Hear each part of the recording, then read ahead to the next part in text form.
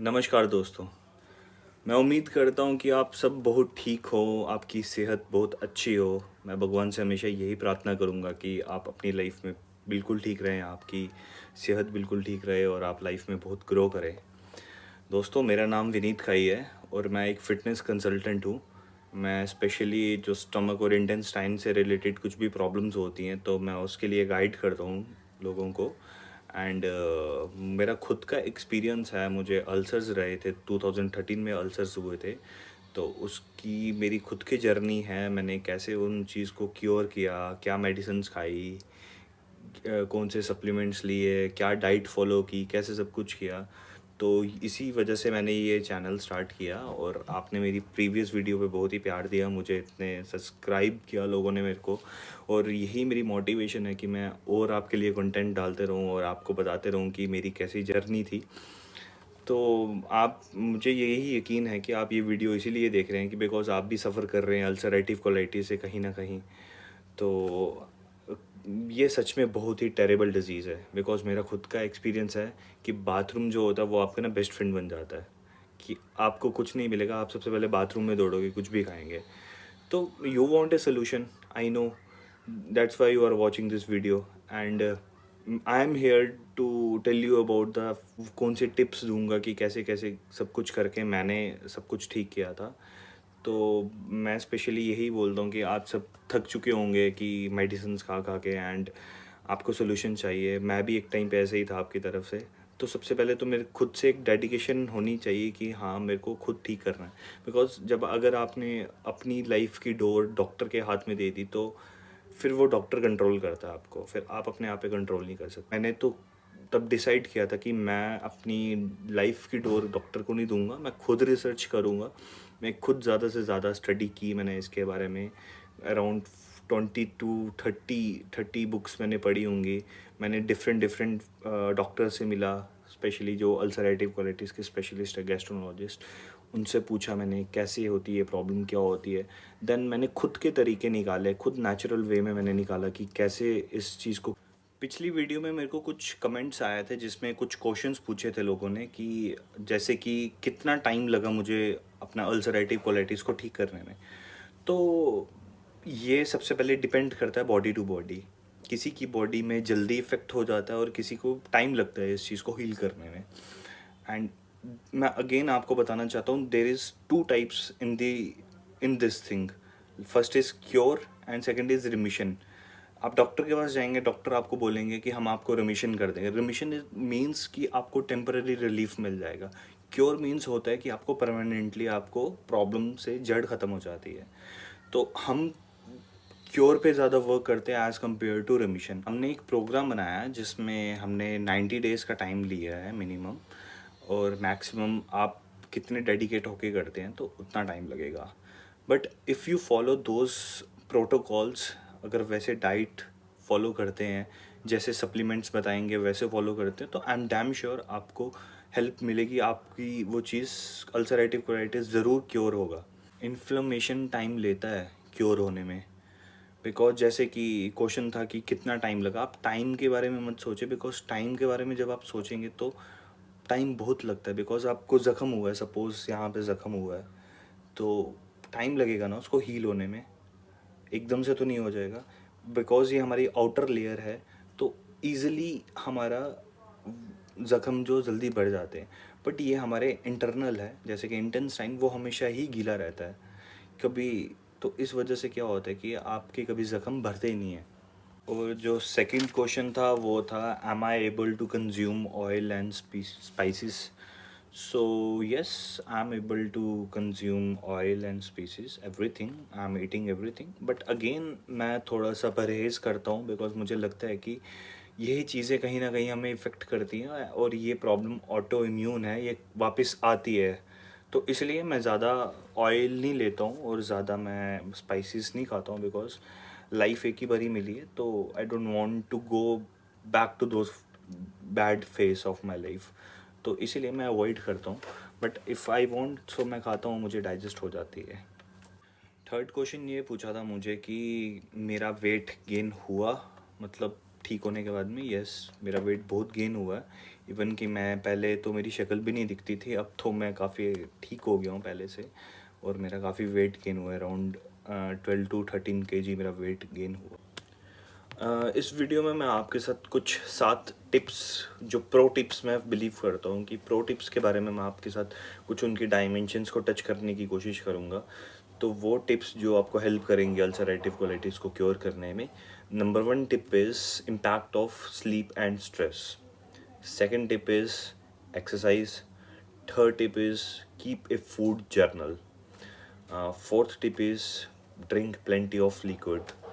Fifth tip is supplements. Sixth tip is eat small and drink smoothies, which is most important thing. And seventh tip is essential oils, जो मैं use करता था। And last में मैं आपको एक link share करूँगा जिसमें मैं आपको बताऊँगा कि आप उसमें चेक कर सकते हैं कि कौन से लीगल फूड्स है और कौन से इलीगल फूड्स है ड्यूरिंग अल्सरेटिव कोलाइटिस के। First tip is impact of sleep and stress. Stress seriously एक साइलेंट किलर है। हम स्ट्रेस बहुत ही ज़्यादा ले रहे हैं अपनी लाइफ में, और एक रिसर्च हुई थी जिसमें पता चला था कि जो अल्सरेटिव कोलाइटिस की जड़ है वो स्ट्रेस है। और एंटीबायोटिक्स जो हम लेते हैं, कुछ भी, कभी पेन किलर खा लिया, कभी कुछ भी खा लिया, तो इस सब की बिगनिंग जो अल्सरेटिव कोलाइटिस की होती है वो इससे होती है। तो मुझे जो लगता है कि हमारा जो माइंड और स्टमक है वो बिल्कुल कनेक्टेड है हमारी बॉडी के साथ में, और हम जितना ज़्यादा स्ट्रेस लेंगे तो वो चीज़ कभी हील नहीं होती है। तो फर्स्ट ऑफ ऑल, अगर आप कोई टॉक्सिक रिलेशनशिप में है, कोई फाइनेंशियल प्रॉब्लम है या कुछ भी है, तो सबसे पहले आप उस स्ट्रेस से बाहर निकल जाइए। Because psychological effects matters a lot, क्योंकि आप जितना ज़्यादा साइकोलॉजिकल आप परेशान होते रहेंगे, आपकी बॉडी वैसा ही रिस्पॉन्स करेगी। तो आपको जितना हो सके आप थोड़ा सा डीप ब्रीथिंग कीजिए, मेडिटेशन करें, वो चीज़ें करें जिसमें आपको खुशी मिलती है। Try to avoid those things जो आपको हार्म करती है। तो तभी जब आप स्ट्रेस से थोड़ा बाहर निकल पाएंगे। मैं मानता हूँ कि हाँ, मैं भी आपकी सिचुएशन में था जब मैं सफ़र कर रहा था इस प्रॉब्लम से। तो कितना स्ट्रेस हो जाता है लाइफ में, आप अपनी जॉब से खुश नहीं होते हैं, आप अपनी लाइफ से खुश नहीं होते हैं, आप ऐसा सोचते हैं कि मैं जी ही क्यों रहा हूँ, कि ऐसी लाइफ जीने का तो कोई फ़ायदा नहीं है। बट नहीं, अगर आप गिव अप कर देंगे तो आप कभी भी ठीक नहीं हो सकते हैं। आप अपने पे विश्वास रखें कि आप ठीक हो सकते हैं। थोड़ा स्ट्रेस से बाहर निकलें, आप वो चीज़ें करें कि जिसमें आपको खुशी मिलती है। I am really damn sure कि वो कहीं ना कहीं वो इफ़ेक्ट करेंगी और वो कहीं ना कहीं हेल्प करेंगी आपको हीलिंग करने में। एंड सेकंड इज़ की स्लीप। हम इतना ज़्यादा परेशान हो जाते हैं, इतना ज़्यादा परेशान हो जाते हैं इस प्रॉब्लम से, हम सोना ही छोड़ देते हैं। मैं कुछ लोगों से पूछता हूँ, वो 4 बजे तक नहीं सो रहे हैं रात को। वो बस यही सोच रहे हैं कि हम लाइफ में जी क्यों रहे हैं, इतनी स्ट्रेसफुल लाइफ जी रहे हैं। तो जब तक, मैं सबसे पहले चीज़ बताना चाहता हूँ कि जो हमारी नींद है वो सबसे ज़्यादा इम्पोर्टेंट करती है हीलिंग में। क्योंकि जब आप सोते हैं तब आपकी हीलिंग प्रोसेस स्टार्ट होती है। तो अगर आप सोएंगे नहीं टाइम से, आप परेशान रहेंगे लाइफ में, तो वो कभी हील नहीं हो सकता। छोड़ दो सब कुछ, आप अकेले नहीं हो इस दुनिया में जो इस चीज़ से, इस प्रॉब्लम से सफ़र कर रहे हैं। बहुत सारे लोग हैं। प्यार करो इस चीज़ से, ठीक है, एक्सेप्ट करो कि हाँ, मुझे हो गई है प्रॉब्लम, अब ठीक भी मैंने ही करनी है। मैं किसी डॉक्टर से नहीं करूँ, मैं जो भी करना है मुझे खुद ही करना है। रिस्पॉन्सिबिलिटीज़ लो थोड़ी सी अपनी लाइफ की, तो आई एम डेफिनेटली श्योर कि पक्का रिजल्ट्स मिलेंगे आपको। और second tip is exercise. Exercise reduces our stress, and stress ही रूट कॉज है डिजीज़ का। तो सबसे पहले आप जो एक्सरसाइज करना, आप योगा कीजिए, स्विमिंग होती है तो स्विमिंग करिए।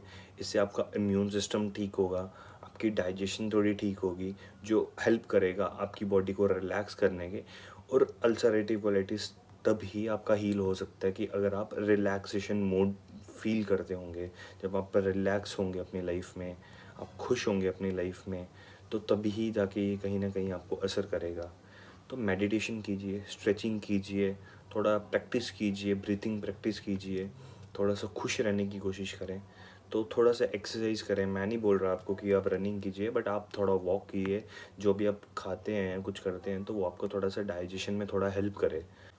Third pro tip is keep a food journal.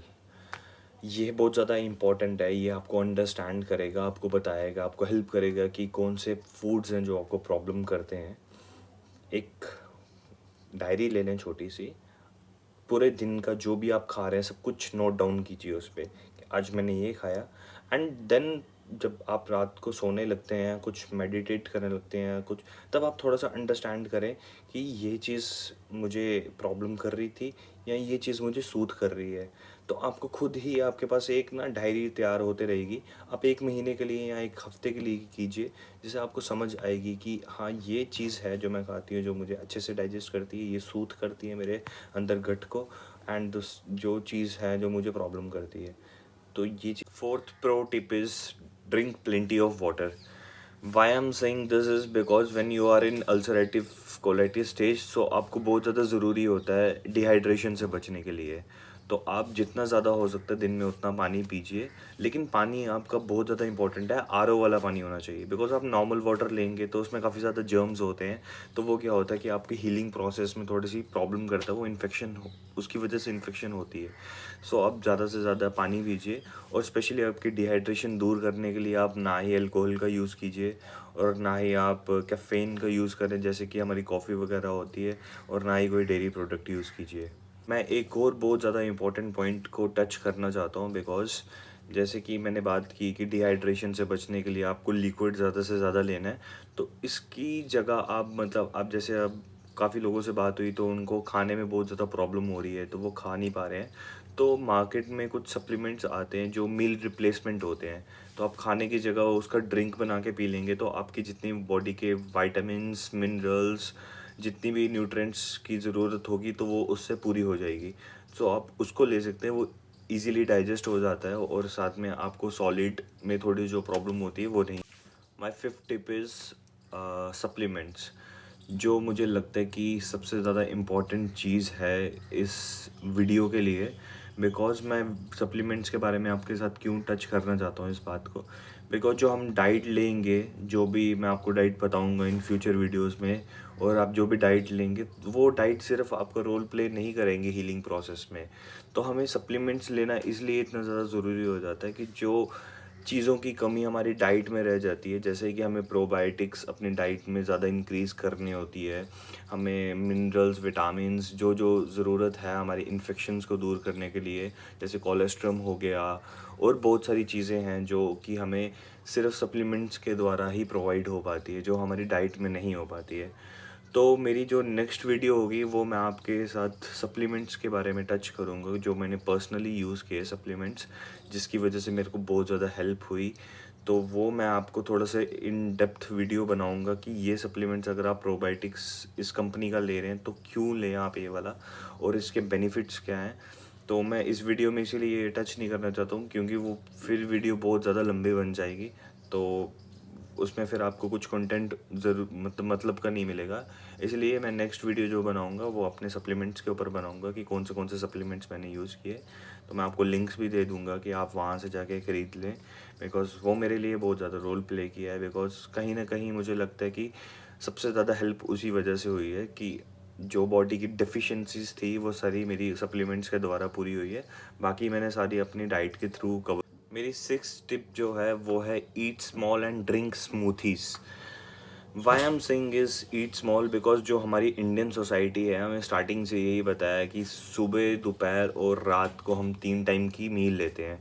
तो जब हम 3 टाइम की मील लेते हैं तो हम हैवी क्वांटिटी में लेते हैं कि हमारे पूरे दिन का सर्कल चलता रहे। अगर आप कंपेयर करेंगे हमें फॉरेनर्स के साथ में, उनकी बॉडी हमसे ज़्यादा अच्छी होती है और ज़्यादा हेल्थी होती है। क्यों? क्योंकि वो हमेशा थोड़ा सा लेते हैं, वो खाते हैं, देन 2 घंटे का गैप, देन फिर से वो कुछ लेते हैं। तो ऐसे रूटीन करके वो उनकी बॉडी में अच्छे से वो फूड डाइजेस्ट हो जाता है और वो न्यूट्रिएंट्स जो होते हैं वो सारे एब्जॉर्ब हो जाते हैं। तो इसीलिए मैं आपको एक चीज़ ये बताना चाहता हूँ जो मैंने खुद भी फॉलो की है। तो जहाँ पे आप 4 रोटी खाते हैं इन द मॉर्निंग, आप सुबह 9 बजे 1 या 1.5 खाइए, फिर ब्रेक दीजिए, फिर कुछ हेल्थी सा फ्रूट्स खाएं, फिर 2 घंटे का गैप दें, फिर 2 घंटे के बाद में कुछ खाएं, फिर 2 घंटे का गैप करें।